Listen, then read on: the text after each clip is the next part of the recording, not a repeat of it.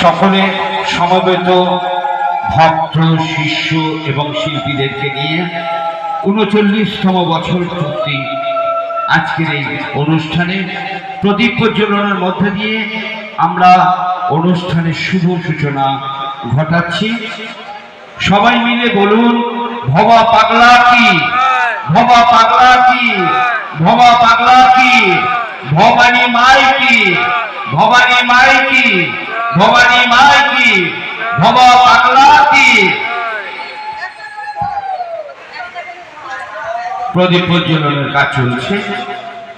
তারপর আমরা চলে আসবো শ্রীমৎ ভাগবত পাঠ আমরা শুনব।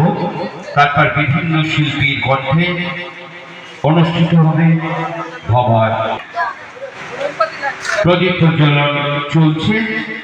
অনুষ্ঠানের শুভ সূচনা ঘটালেন ভবা পাগলা সাধনা সঙ্গীত সম্মেলন দমদম শাখার উদ্যোগে আজ ৪ এপ্রিল শনিবার।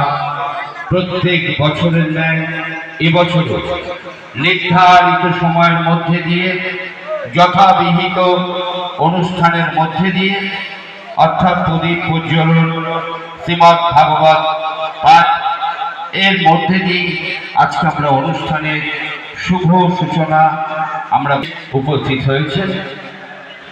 আমি যিনি ইলেকট্রিকের দায়িত্বে আছেন মাইকে একটা মাইক্রোফোন আমরা তুলে দিতে বলছি।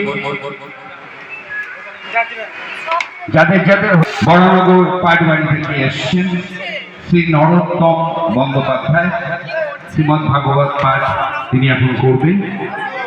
ভাগবত পাঠ শেষে আমরা সঙ্গীতে আসব।